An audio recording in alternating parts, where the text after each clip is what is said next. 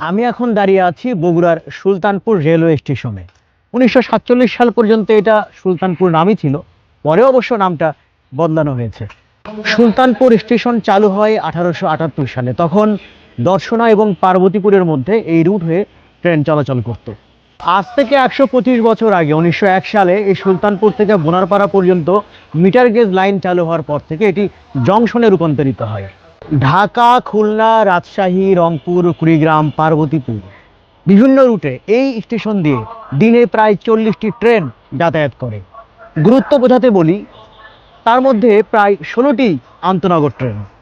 বগুড়া জেলার আদমদীঘি উপজেলায় এই স্টেশনটির অবস্থান হলেও এখান থেকে নওগাঁ জেলা খুবই কাছে হওয়ায় অনেকে এটাকে নওগাঁর জংশন বলেই মনে করে থাকেন, যদিও এটা বগুড়ারই একটি ঐতিহ্যবাহী রেলওয়ে জংশন।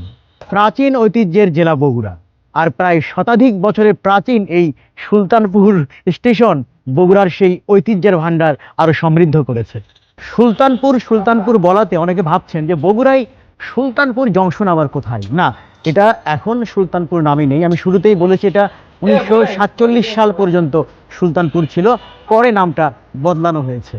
আপনারা এতক্ষণ যেটা ভাবছিলেন ঠিকই ধরেছেন, আমি আসলে সান্তাহার জংশনের কথাই বলছি। তবে এটা 1947 সালের পরে নামটা হয়েছে, তার আগ পর্যন্ত কিন্তু সুলতানপুর নামই ছিল।